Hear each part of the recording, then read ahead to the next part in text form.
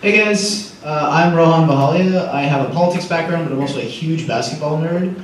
So I decided to do a project on rebounding in the NBA. For those of you who don't know, when you grab a missed shot, that's what a rebound is. And as you can see from the heat maps, based on where people shoot on the court, the rebounds go to different places. In fact, if you look at like corner threes versus straight-on threes, you can see that the straight-on threes, they tend to go up right there. And that's because there's more right-handed players in the NBA. So out of the big three counting stats, rebounding is easily the least studied. There's shooting coaches, there's passing coaches, but in a coach's mind, all there is to rebounding is being tall, having long arms, and pushing people. So people don't really study it, except for guys like Tristan Thompson.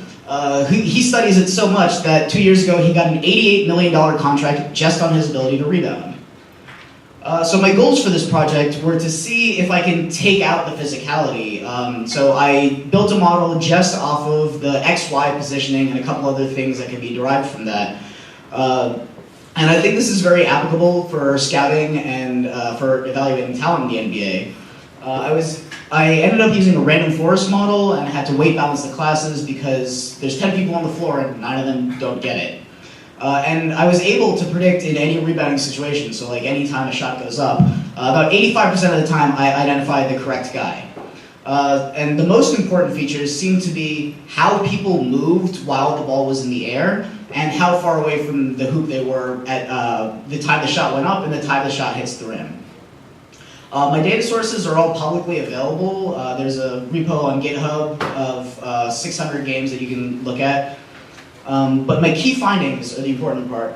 So court position is a huge factor. If I can predict with 85% accuracy who's going to get a rebound just with the XY positioning, that's the important part. It doesn't matter how tall you are. The other thing, as you saw, is that different shots are rebounded differently. So teams need to start strategizing based on who their opponent is, how they're going to move on the floor. Other thing was that players that consistently outperform the model seem to have very clearly identifiable traits. If you look at these 4 guys, they are all known as smart or high-effort players. In fact, 3 of them were on the San Antonio Spurs very recently. As far as players that the model favored, so they incorrectly were predicted to get a rebound, they all tended to be older or unskilled. So it shows to me that these people get the instinct of where to move on the court, but they're just not physically able to grab the rebound. I was also able to make, with the help of Hayden Turek, one of the web development students, a web application that shows off the rebounding model. You put in people's positions, and it models both how they move and who's most likely to get the rebound. Yes, that's it. This is my contact information. Anyone have any questions?